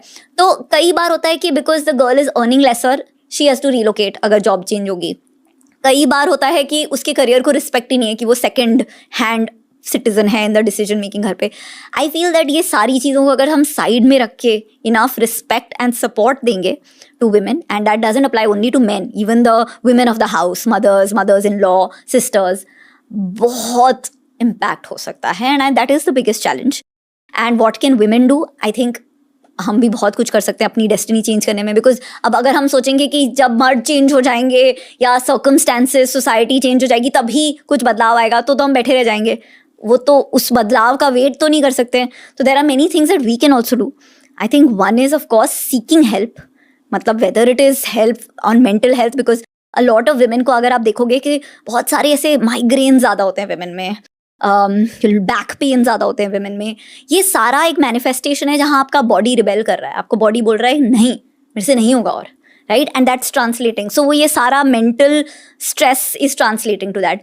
तो you need help, whether it is therapy और हेल्प आप एटलीस्ट मांगो, शायद मना कर दें, शायद सपोर्ट ना मिले आपको अपने पार्टनर से, अपनी फैमिली से, पर मांगना ज़रूरी होता है। ये अज्यूम करना कि मैं ही सब कुछ करूँगी एंड मुझे सपोर्ट नहीं मिलेगा, वो गलत है। आई थिंक एक बुक है the dog, the mole, the horse, the fox, बच्चों की बुक है, उसमें वो हॉर्स को पूछता है कि what is the bravest thing you ever said, and वो हॉर्स बोलता है the bravest thing I ever said is help.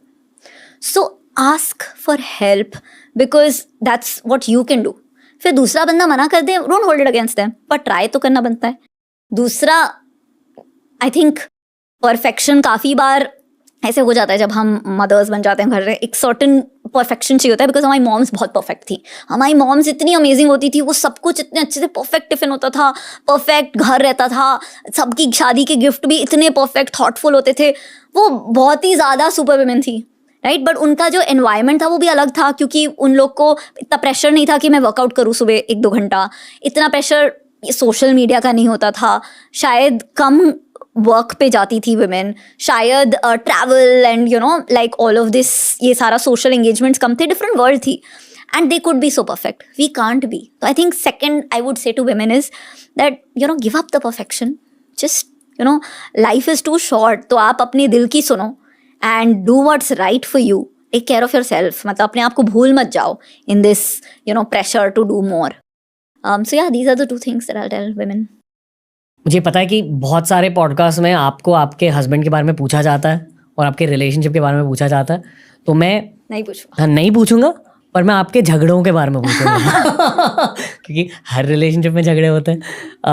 आप वैसे साथ में काम करते हो, मैं मेरे खुद के को-फाउंडर्स के साथ भी झगड़ता हूँ, thank god I am not married to them, ये मेरी थॉट है। पर ये डायनामिक आप कैसे हैंडल, ये भी आई नो आपको पूछा गया, तो आप इन शॉर्ट बता सकते हो, जनरली झगड़ों के बारे में थोड़ा सा बात कर सकते हो। हाँ, झगड़े होते हैं, आज भी झगड़ा हुआ था लाइक छोटी छोटी चीज़ों के होते हैं, एंड देन वो प्रॉब्लम होती है कि घर के झगड़े ऑफिस जाते हैं, ऑफिस के झगड़े घर जाते हैं, and I think like you said, हर को फाउंडर, अगर 2 भाई हों, 2 दोस्त हों, तो भी झगड़े होते हैं, बिकॉज इतने सारे लोग बोलते हैं, अरे जब कंपनी आती है शार्क टैंक में, बोलते हैं अच्छा CEO कौन है ये बताओ, तो हम सब मिलकर डिसाइड करते हैं, पर लाइक फाइनली कंपनी में जब लास्ट 1 रुपया बचा है, वो 1 रुपया किस चीज़ पे स्पेंड होगा, वो तो एक सब्जेक्टिव डिसीजन है ना, एंड बहुत सारे सब्जेक्टिव डिसीजन होते हैं। तो लोग जो बोलते हैं कि हमारा झगड़ा नहीं होता, हम सब अग्री करके करते हैं, आई थिंक वो तो एब्सोल्युटली इनकरेक्ट अप्रोच है। तो हमने पहले से ही जिस दिन हमने डिसाइड किया कि हम एक साथ काम करेंगे, हम एक फ्लाइट में थे, एंड आई रिमेंबर हमने वहीं पे एक टिश्यू पेपर लेके एक कॉलम बनाया saying that this is Lakshman rekha, these are the things जहाँ मेरा फाइनल कॉल है, these are the things जहाँ कौशिक का फाइनल कॉल है, and we will respect that. तो मतलब अगर लाइक फॉर इंस्टेंस प्रोडक्ट पे मेरा फाइनल कॉल है, तो कौशिक कितना भी डिसअग्री करे कि नहीं ये ऐसे होना चाहिए, मैं पॉइंट ऑफ व्यू सुनूंगी, but I can still decide, and fundamentally over a period of time हम वो एक दूसरे को ग्रज नहीं कर सकते। तो आई थिंक ये एक बार एस्टैब्लिश किया, उसके बाद शुरू में तो बहुत प्रॉब्लम्स होती थी, बिकॉज ओपिनियंस को लेके जो झगड़े होते हैं कि what is the right strategy, कौन सही है कौन गलत है, वो काफ़ी पर्सनल भी हो जाते हैं, एंड वो पर्सनल हो जाता था, एंड ऑफिस में लोग डर जाते थे, अरे ये लोग चिल्ला रहे हैं एक दूसरे पे। But over a period of time हमने फिगर आउट किया कि आप रिस्पेक्टफुली डिसएग्री कर सकते हो, आप अपनी लाइक कभी कभी गुस्से में कुछ चीज़ें जो कही जाती हैं वो अंडू करना बहुत, लाइक वर्ड्स आर वेपन से भी ज़्यादा डेंजरस। तो आई थिंक हम काफ़ी केयरफुल हैं आजकल about the way we communicate. कभी कभी बहुत इंटेंस हो जाता है ना, तो हम स्लैक, जो एक टेक्स्ट हमारा प्लेटफॉर्म है जिसमें हमारी इंटरनल मैसेजिंग होती है ऑफिस की, उस पर झगड़ा करते हैं rather than in person, because in person कभी कभी इमोशंस हाई हो जाते हैं। तो I think over a period हर को फाउंडर रिलेशनशिप में आप फिगर आउट कर लेते हो कि how to respectfully disagree. And one of the biggest things that I have learned is कि कोई भी को फाउंडर रिलेशनशिप ना अपनी ईगो को दरवाजे पे रखना पड़ता है। तो काफ़ी बार क्या होता है, आपका ओपिनियन था कि प्रोडक्ट ऐसे होना चाहिए, मेरा था ऐसा, मैं गलत निकली एंड वो प्रोडक्ट फेल हो गया। अब आपके पास 2 चॉइस है, या तो आप मुझे जताओगे कि मैंने तो बोला था पहले से ही मैं राइट हूँ, इंटेलेक्चुअल सुपीरियोरिटी जिसे बोलते हैं, वो ना घर पे रखनी होती है, because that ego of, because business में तो क्या है ना, रिजल्ट आने में बहुत साल लग जाते हैं, तो सारी लड़ाइयाँ ईगो वाली हो जाती हैं ऑफ इंटेलेक्चुअल सुपीरियोरिटी। किसी को पता नहीं है एक्चुअल रिजल्ट क्या आएगा, पर नहीं इसको ऐसे करना चाहिए वैसे करना चाहिए, मेरा आइडिया था, मैंने ये पहले बोला था, उसको लेके काफ़ी सारे को फाउंडर रिलेशनशिप में फ्रिक्शन आ जाता है, whether it is a couple और whether it is like a brothers का पेयर या फिर any other friends. So I feel that as long as आप म्यूचुअल रिस्पेक्ट है, आपने क्लियरली बाउंड्रीज डिफाइन की हैं, सीईओ कौन है, किस कैटेगरी के डिसीजन फाइनल कौन लेगा, आपने प्रैक्टिस की हुई है लड़ लड़ के कि कैसे रिस्पेक्टफुली डिसएग्री करके फिर भी आप साथ में काम कर सको टुवर्ड्स द बेस्ट इंटरेस्ट, जिसको डिसएग्री एंड कमिट बोलते हैं कि आप आप डिसएग्री कर रहे हो फिर भी आप इस प्रोडक्ट के सक्सेस में इतने ही इन्वेस्टेड हो जितनी मैं हूँ, क्योंकि आप थोड़ी सी रिस्पेक्ट दे रहे हो मेरे जजमेंट को, क्योंकि आज आपने देखा है 10 साल बाद कि मैं भी स्टूपिड नहीं हूँ, इसमें आप डिसएग्री कर रहे हो बट फिर भी आप इतना ही एफर्ट डाल रहे हो इन मेकिंग दिस सक्सीड। अगर ये 3-4 चीज़ें हम रखें और ईगो को दरवाजे के बाहर रखें एंड वो I told you so dance ना करें, तो I think it becomes easier and over a period of time it has become easier, but like I said कभी कभी मतलब माहौल गर्म हो जाता है, but I think एक आदत भी पड़ गई है कि beyond a point like बहुत ज़्यादा रिस्पेक्ट एंड प्यार भी है, तो जितना भी माहौल गर्म हो जाए मैं वो नहीं भूलती हूँ। मतलब मैं तो आई एम वेरी ग्रेटफुल बिकॉज मुझे लगता है fundamentally Kaushik is a much better person than me and like everything I am in terms of the kind of freedom I've got अपने सपनों के पीछे जाने की, it is because Kaushik is unlike a lot of men, and that gratitude I remind myself every day in the morning I wake up feeling that मैं कितनी blessed हूँ कि I have a husband जो believe करता है कि women should have the right to have dreams, and that's a big deal. So I think उसमें काफ़ी सारी things भी माफ़ हो जाती हैं। आपने काफी हद तक झगड़ों को सिस्टमाइज किया है ये बहुत अच्छी प्रैक्टिस है। I don't think it's that bad to bring startup vibes into a relationship. I think it can help. हाँ मतलब अभी सोचो ना, लाइक कौशिक बोलता है, लोग बोलते हैं I love you baby good night, and तो हम लोग आपस में गुड नाइट करते ना बोलते हैं अरे चेक बैंक में कितने पैसे वो देख लेना, ओके गुड नाइट। तो मतलब अभी हो ही जाएगा ना सारा स्टार्टअप वाइब घर पे एंड घर की वाइब स्टार्टअप में। बट या मैंने ये पढ़ा है और जय शेट्टी से ये सुना है कि फिजिकल इंटिमेसी होती है, इंटेलेक्चुअल इंटिमेसी होती है, स्पिरिचुअल इंटिमेसी होती है, और फिजिकल और इंटेलेक्चुअल इंटिमेसी दोनों फेडवे होते हैं at some point in any relationship. Intellectual भी मतलब आप कितनी बात कर लोगे, कितनी कॉन्वर्सेशन कर लोगे, पर स्पिरिचुअल इंटिमेसी बचती है। और स्पिरिचुअल इंटिमेसी हर कपल के लिए अलग होती है। मतलब कुछ लोग साथ में पूजा पाठ करेंगे, उनके लिए स्पिरिचुअल इंटिमेसी है। बहुत सारे मॉडर्न डे कपल्स के लिए क्रिएटिव इंटिमेसी स्पिरिचुअल इंटिमेसी का एक पार्ट है। मतलब आप साथ में आर्ट बना रहे हो या कंटेंट बना रहे हो या बिजनेस बना रहे हो, ये भी एक तरह की स्पिरिचुअल इंटिमेसी होती है। आई एम आस्किंग यू क्योंकि बहुत कम लोग मिले जिन्होंने अपने पार्टनर के साथ मिलकर एक इतना बड़ा सक्सेसफुल बिजनेस क्रिएट किया हुआ। डू यू अग्री कि this is a form of creative intimacy? क्योंकि मैंने पढ़ा है कि ये शायद एक ड्रीम रिलेशनशिप का पार्ट हो सकता है कि अगर आपने अपने पार्टनर के साथ ऑफ कोर्स एक स्टेबल रिलेशनशिप मेंटेन करी, पर उसके अलावा साथ में कुछ इम्पैक्टफुल चीज़ बनाई, वो एक बहुत बड़ा गोल हो सकता है लाइफ का। कुछ कहना चाहोगे इसके बारे में? या आई थिंक आई अग्री कि कुछ ऐसा होना जो एक कॉमन मिशन या पर्पस होता है।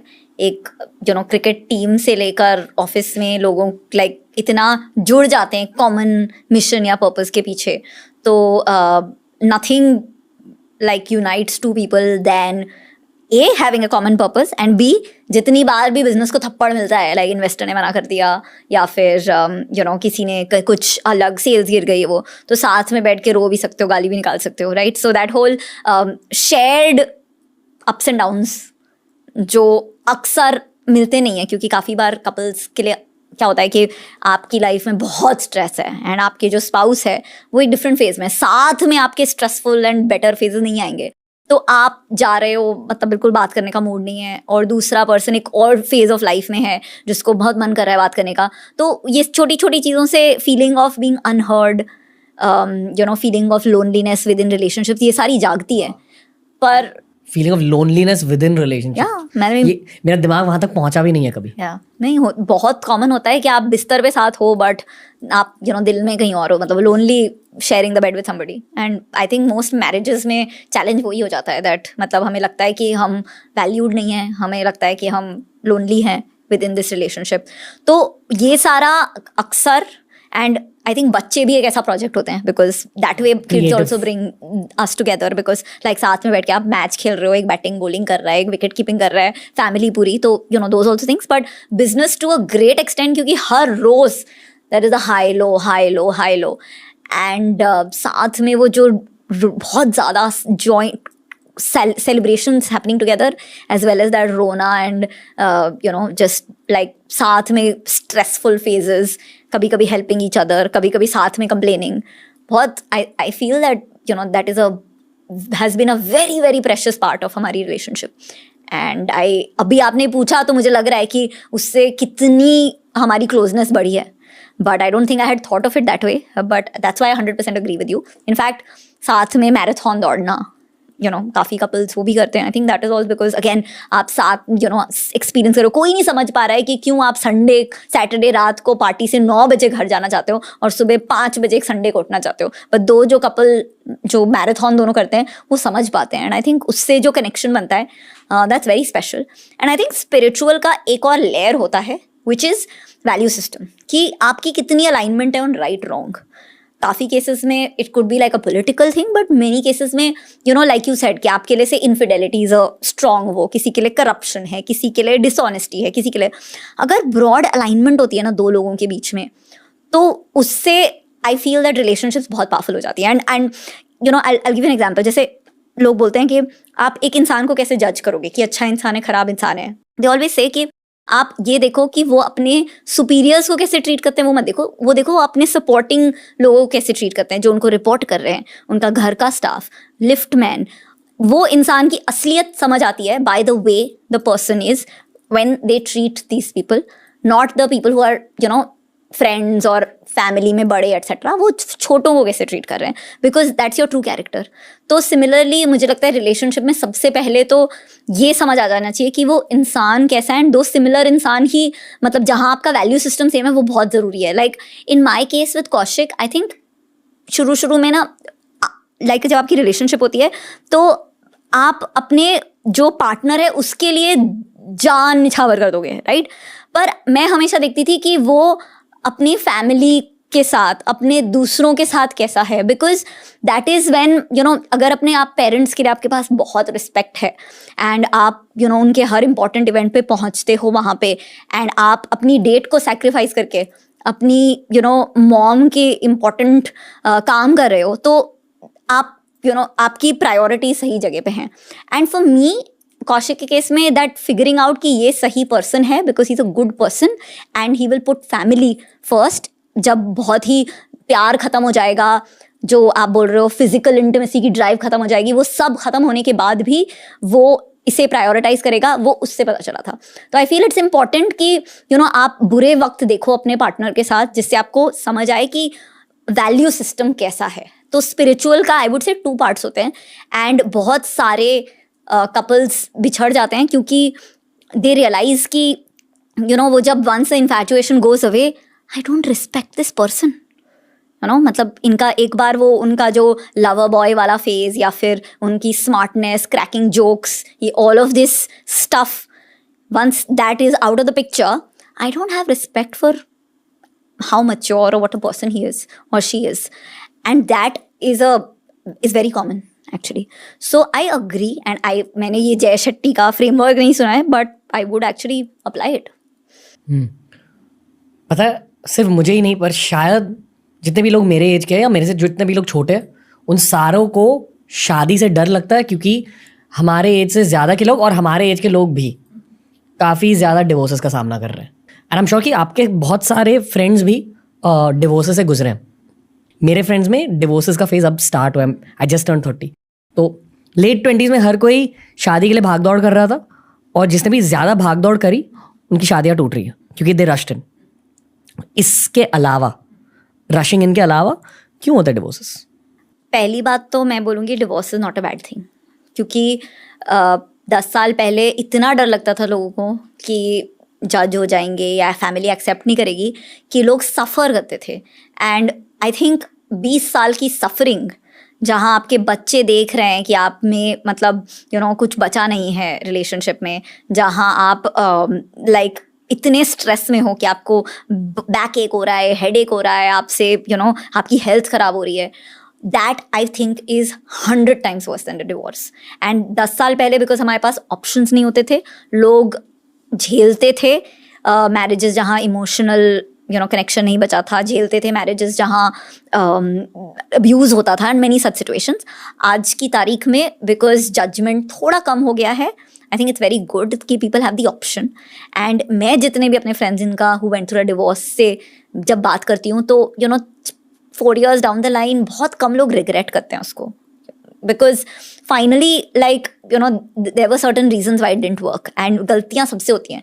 अगर आप सोचिए हम लोग अगर रिलेशनशिप्स 5, 6, 7 होती हैं तो उसमें जो गलती होती है वो शादी में भी हो सकती है, बिकॉज बियॉन्ड द पॉइंट कोई भी इंश्योर नहीं कर सकता है. एंड 10 साल पहले प्रेशर था कि कुछ भी हो जाए इंश्योर करना है कि ये शादी तो सक्सेसफुल रहेगी, नहीं तो नाम खराब हो जाएगा. आज की तारीख में हमारे पास ऑप्शन है. It's a very powerful option and it should not be judged. Having said that, also there is मतलब the level of distraction that is brought by our devices, social media adds to that ना. मतलब हम बैठ के जो dinner table conversations होती थी, आजकल लोग 4 लोग खाना खा रहे हैं अपने अपने डिवाइस पे, right. The thing I was saying about loneliness, वो ऐसे भी है बिकॉज मोस्ट कपल्स आर अपना अपना टीवी प्रोग्राम देख रहे हैं रात को, या रात को रील्स पे लगे हुए हैं. तो finally the fuel of a relationship is conversation. वही एक फ्यूअल होता है, राइट. अदर थिंग्स तो अगर आप लकी हो गए साथ में आर्ट कर रहे हो, स्पोर्ट्स कर रहे हो, वो तो लक है, बट बाकी तो द फ्यूअल है कि कनेक्शन. पर आजकल हम लोग सब ढूंढ रहे हैं validation on social media.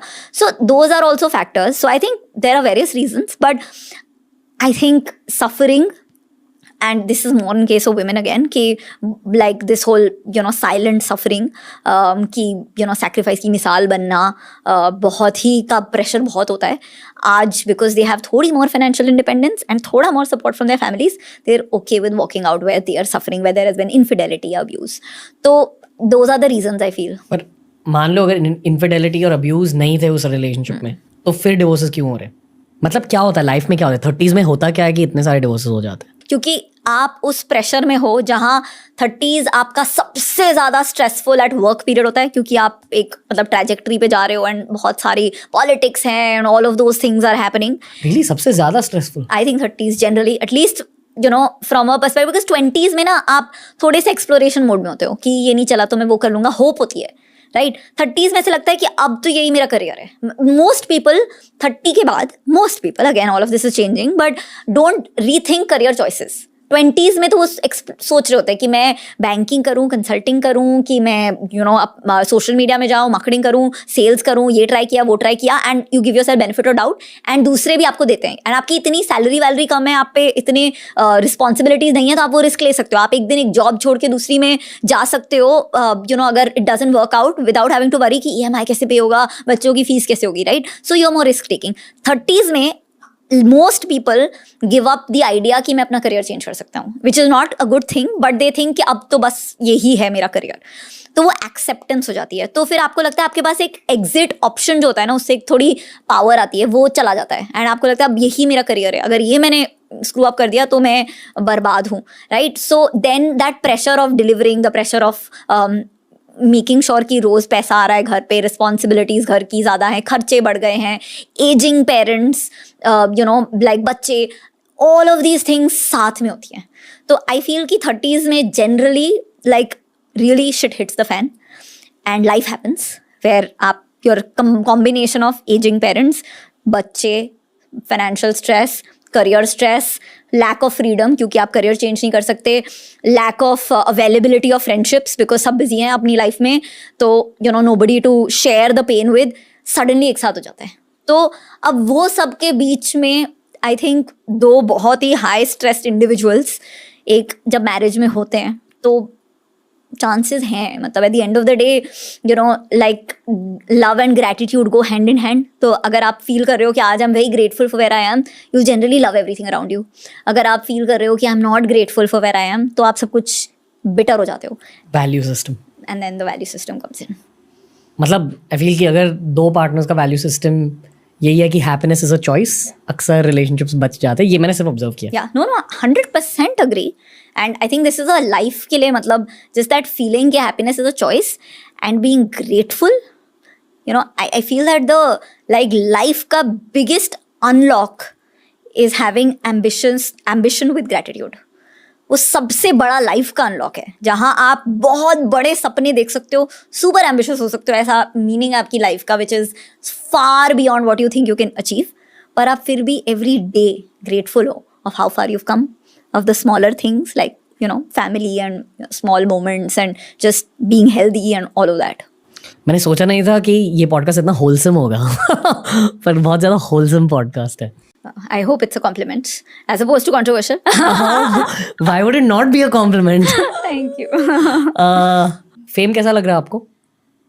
It is obviously I feel very grateful क्योंकि मैंने सोचा नहीं था and I don't think मुझे कोई भी जो जानता होगा वो उसने सोचा होगा. बचपन में मेरे स्कूल के लोग सुनते हैं तो उनको लगता है ये कौन कैसे.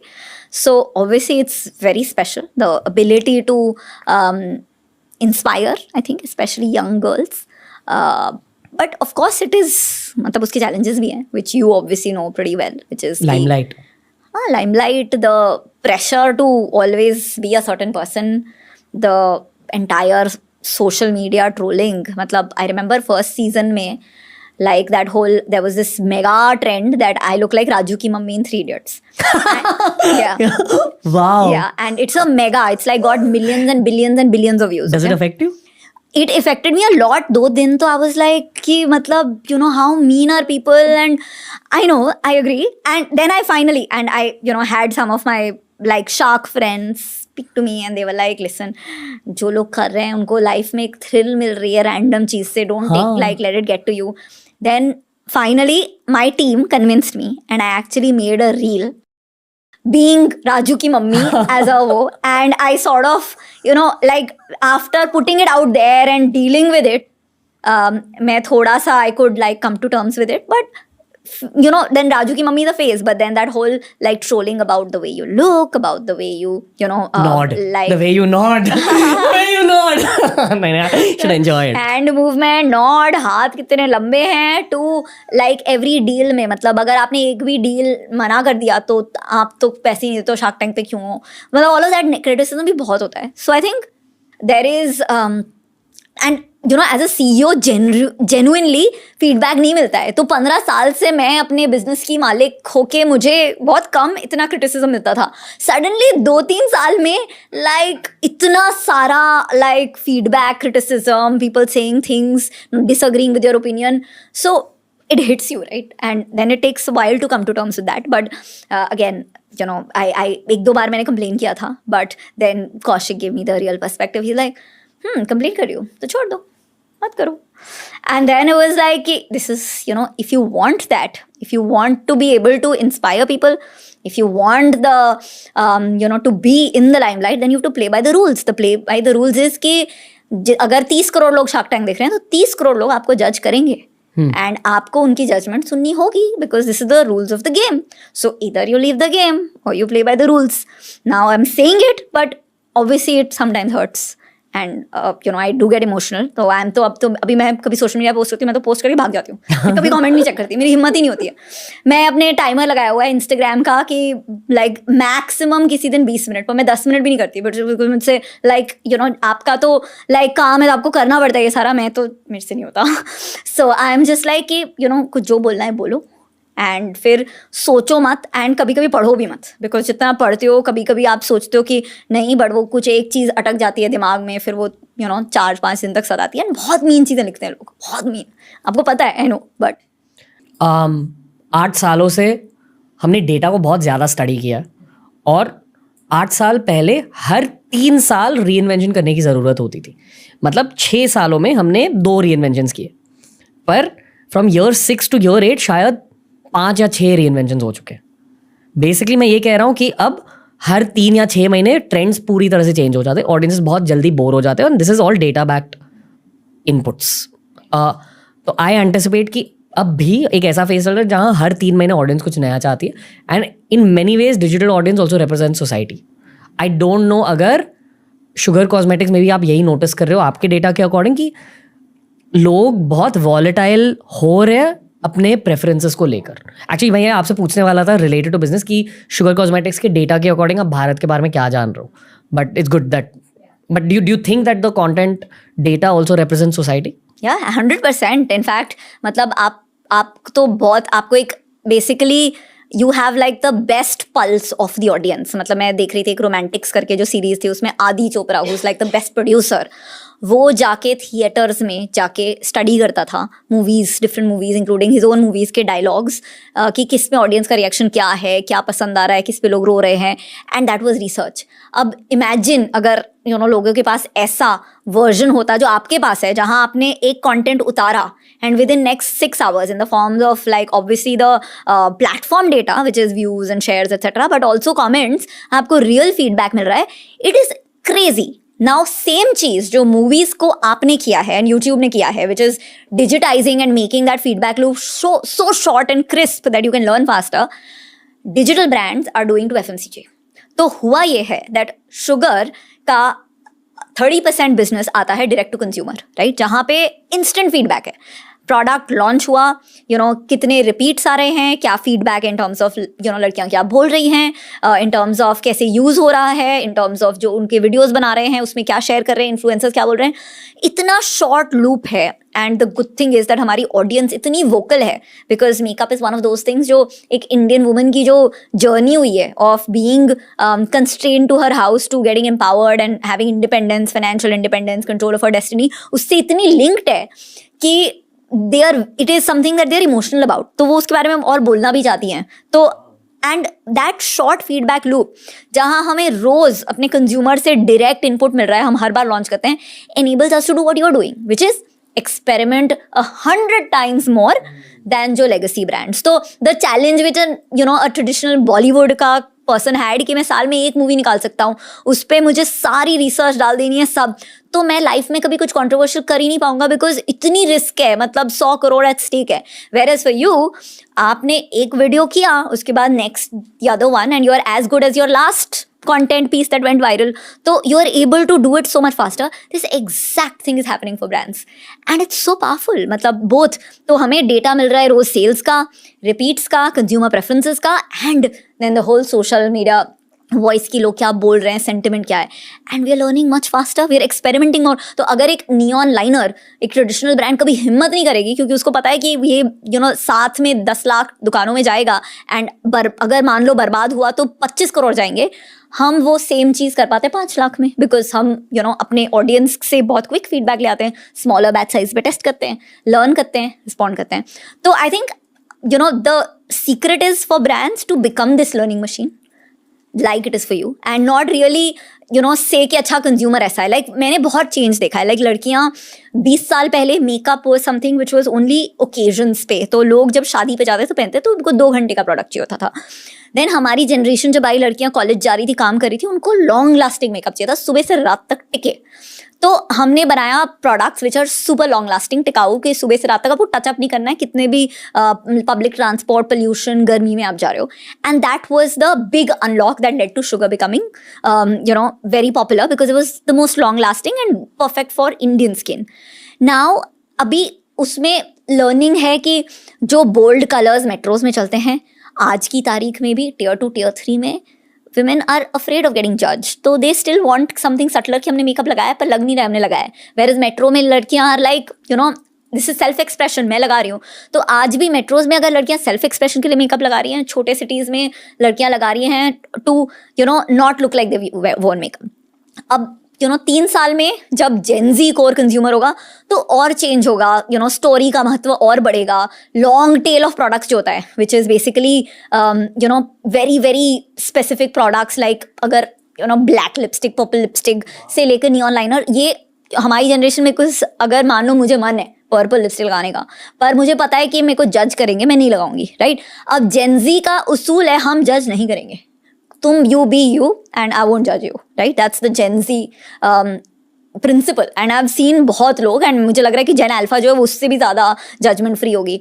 अब उसमें फ्रीडम मिल जाती है, so you can do what you want without being afraid. तो ये सारे जो नीशेज हैं, and which you see in your content also, like niches और भी पावरफुल होते जा रहे हैं, and that's what we are seeing. So I think, I mean I can't say that, I mean the only thing that I have learned is जो आपकी unlock है which will enable you to be relevant for 50 years is what is for me also, which is agility and a short feedback loop. मतलब okay, जो भी legacy brands है, जो मेरे case में फिल्म्स की दुनिया है, वहाँ बहुत सारे लोगों के लाइवलीहुड एट स्टेक होते हैं. Yeah. इसलिए they are optimise for maximum money, they are not optimise for agility. अगर 50 साल And they बाद can't take risk because amount at stake is very high. अगर 50 साल बाद भी आप शुगर कॉस्मेटिक्स चला रहे हो, the way you are building now, you are building for agility even then. Yeah, I'm saying that I'm going to take the brand where the consumer is going. तो मैंने फिगर आउट कर दिया है एक वे कि लाइक इंडिया के चप्पे चप्पे में जो लड़की सोच रही है कि उसको क्या चाहिए, मैं उसकी I have a window to her through the fact कि हमारे भी सोशल मीडिया पे 2.8 मिलियन फॉलोअर्स ऑन इंस्टाग्राम है, ऑन यूट्यूब 1.7 मिलियन. हम रोज़ रियल विमेन पे कंटेंट बना रहे हैं, तो रियल विमेन मेकअप लगा रही हैं, real skin issues, real challenges of going through public transport, not like perfect people. तो रिलेटेबिलिटी ज़्यादा है, तो इसलिए हमें भी बहुत फीडबैक मिलता है on social media and on through the fact कि हमारा डायरेक्ट टू कंज्यूमर बिजनेस बहुत ज़्यादा है, जहाँ हमारे और कंज्यूमर के बीच में 50 लेयर्स नहीं है of distributor, retailer, big box retailer, ये सारे नहीं है, डायरेक्ट है हमारी बात हो रही है. तो ये दोनों की वजह से मुझे वो जो पल्स है of the girl in Yavatmal and the girl in Delhi आज की तारीख में बहुत स्ट्रॉन्ग है. अगर मैंने वो पल्स से अपना ध्यान छोड़ा तो रिस्क है. I have to keep learning where this girl is going in terms of her, उसका इमोशनल माइंडसेट क्या है, उसके सपने क्या हैं, उसके वो किस चीज़ों से उसको डर लगता है, वो जजमेंट का क्या डर है. मेकअप में इतना बड़ा प्रॉब्लम है कि लोगों को जजमेंट का डर लगता है, तो वो जो 3 शेड लाइटर फाउंडेशन लगाते हैं वो प्रेशर में आके लगाते हैं ना, बिकॉज कि लोग बोलते हैं कि अरे darker skin tone is not pretty, तो प्रेशर टू लुक फेरर. वही तो है फिल्टर लगाते हैं जो हम फ़ोन पे to make us look fairer, वही हम फाउंडेशन में कर रहे हैं 3 शेड लाइटर. तो वो सारे जो अब अगर मान लो आज की तारीख में मेट्रो की लड़की इतनी इम्पैक्ट नहीं हो रही है, क्या ये सच्चाई टियर 2 टियर 3 में है कि नहीं है, ये मुझे रोज़ समझना पड़ेगा, बिकॉज नहीं तो मैं बना ही नहीं पाऊंगी products that can work for every woman in India. मैं ये जानना चाहता हूँ कि जो भी टियर 1 के ट्रेंड्स है, जैसे मुंबई, दिल्ली, बैंगलोर, और ये मैं ऑनेस्टली खुद की एक क्वेश्चन पूछ रहा हूँ आपसे, वो वाले ट्रेंड्स टियर 3 तक कितनी देर में पहुँचते हैं, और क्या वो देरी घट रही है टाइम के साथ? बहुत फास्ट घट रही है, because actually social media is a great unifier. तो मुंबई वाली लड़की भी टेलर स्विफ्ट को देख रही है और टियर 3 वाली भी टेलर स्विफ्ट को देख रही है. तो वो जो ओरिजिनल इंस्पिरेशन आती थी ऑफ क्या वेस्ट में क्या हो रहा है, कोरिया में क्या हो रहा है, वो सारा आजकल सब जगह पहुंच रहा है. एंड जो डिफरेंस होता था 5 साल पहले, वो एक्सेस का होता था कि टियर 3 में आप सपने देख लो, सोशल मीडिया पे काइली जेनर को फॉलो कर लो, पर आपको एक्सेस नहीं था कि आप वो या तो आप वो कपड़े पहन सको या आप वो स्टाइल ऑफ मेकअप यूज़ कर सको. उसमें चेंज काफ़ी कम आया. तो मेरा मानना है कि जो एक्सपोजर है वो काफ़ी सिमिलर हो गया है इन टर्म्स ऑफ ट्रेंड्स का. एक्सपोजर टियर 1 से टियर 3 बहुत जल्दी पहुंच रहा है, पर जो करेज, जो एक एनवायरनमेंट का फैक्टर होता है, courage to express yourself and get in on the trend, वो बहुत अलग है, आज भी बहुत अलग है. तो टियर 2 टियर 3 में एक्चुअल ट्रेंड्स में जो दिख रहा है वो इतनी जल्दी चेंज नहीं होता है, क्योंकि बहुत सारे एनवायरमेंटल सोसाइटल फैक्टर्स हैं, इतनी फ्रीडम अभी भी नहीं है जितनी मेट्रोज में है. So I would say you see them trend translation very slow, but exposure पता सबको है. शायद लोग कुछ कुछ खरीद भी रहे हैं because of e commerce, but उनको फिर पहन नहीं रहे हैं. जिस स्केल तक शुगर कॉस्मेटिक्स पहुंचा है, क्या आपको अब भी सोशल मीडिया से सेल्स मिलते हैं? सो हाँ, हम आज की तारीख में कलर कॉस्मेटिक्स में 3rd लार्जेस्ट ब्रांड है इंडिया में. एंड सोशल मीडिया आज भी हमारी मार्केटिंग एंड सेल्स का सबसे मोस्ट इम्पॉर्टेंट पार्ट है. Instagram, YouTube, even Facebook, for both performance marketing but also content. I think I would से आज की तारीख में शायद ऑलमोस्ट 40% ऑफ आवर कस्टमर्स हमें ऑफलाइन खरीदते हैं स्टोर्स में, पर 90% की discovery of the brand and learning कि ये ब्रांड क्या है वो डिजिटली हो रही है आज भी. सो आई थिंक एंड ये तो हम तो एक डिजिटल नेटिव ब्रांड हैं जो पैदा हुए हैं इस डिजिटल ईरा में. पर इवन आप लेगेसी ब्रांड्स को देखिए, आज की तारीख में डिसीजन ऑफ क्या खरीदना है वो इन्फ्लुएंस डिजिटली ऑलमोस्ट 80-90% हो रहा है. तो शायद खरीदारी आज भी 70-80% ऑफलाइन हो रही है और जो होती रहेगी, बिकॉज ऑफ कोर्स इतनी सारी इंडिया में दुकानें हैं जो चलती रहेंगी, पर वो जो इन्फ्लुएंस है कि मैं क्या खरीदूँ उसका डिसीजन वो लड़की स्टोर में खड़े होकर फ़ोन पे कर रही है, सोशल मीडिया पे देख रही है, इन्फ्लुएंसर से कर रही है, रिव्यूज़ पढ़ रही है, all of that has a huge impact. जो पहले सेल्स गर्ल कंट्रोल करती थी स्टोर में, वो सारा कंट्रोल आज डिजिटल हो गया है। मैं ऐसे सवाल आपको पूछ रहा हूँ क्योंकि बहुत सारे यंग एंटरप्रेन्योर्स शो को देख रहे हैं एंड आई फील कि बहुत सारे यंग एंटरप्रेन्योर्स की कॉमन प्रॉब्लम मार्केटिंग होती है, पर हर किसी की मार्केटिंग आज सोशल मीडिया पर स्टार्ट होती है। I'm just curious to know अगर at your scale also. Yeah, okay. it's very important. It is, I think, but not everybody wins. I think सब लोग ना एक रैट रेस में पड़ गए हैं जहाँ लाइक कोई प्रोडक्ट में भी ट्रेंड आता है, जैसे एक ट्रेंड आया था बीच में विटामिन सी सीरम। तो आज आप अमेजोन पे देखो, तो आप अमेजोन पे सर्च करोगे विटामिन सी सीरम, तो 400 पेज की लिस्टिंग आएगी, 400-500 पेज की। एंड आप 40वें पेज पे भी जाओगे ना तो same looking products as first page पे। सिमिलरली आप जब कंटेंट देखोगे आजकल नए ब्रांड्स के, वो सेम चीज कर रहे हैं जो लाइक जो ट्रेंड में आई है या जो चली है। अगर किसी ने लाइक मेकअप में एक एजुकेशनल रील बनाई तो फिर सब लोग वही बना रहे हैं। That is a problem, because at the end of the day इसमें ओरिजिनलिटी बहुत मैटर करती है। एंड एंटरप्रेन्योर के लिए वो इंस्टिंक्ट होना कि मैं अपनी ब्रांड की पहचान, एक यूनिक आइडेंटिटी कैसे बनाऊं, बहुत ज़रूरी है। Which is why my suggestion to all the entrepreneurs watching this is, वो भेड़ चाल में मत घुसो। आई थिंक वो शॉर्ट रन के लिए अच्छा होता है 1-2 साल, पर 1-2 साल में ना किसी भी एंटरप्रेन्योर के पैसे नहीं बनने। पैसे आपके या सक्सेस या some ability to feel grateful for what you have आना है 10 साल में, 15 साल में, 20 साल में। अगर आप 10 साल 15 साल की सोचोगे तो आप फिर ये कॉपिंग वाला, मतलब कॉपिंग नहीं बट जो सब कर रहे हैं सेफ रास्ता नहीं लोगे। आप अपनी पहचान बना के कुछ यूनिक प्रोडक्ट, कुछ अलग करो, कंटेंट में कुछ अलग करो।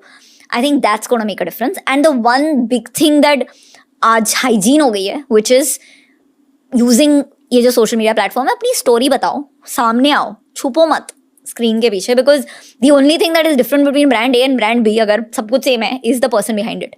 तो आप अपनी स्टोरी को सामने लाओ, बिकॉज जेन जी कंज्यूमर्स ही ज़्यादा अभी टाइम स्पेंड कर रहे हैं ऑनलाइन, एंड वो बहुत केयर करते हैं about brands that have a purpose, that are authentic, that have a story. उनको बहुत क्यूरियोसिटी है उसको लेके।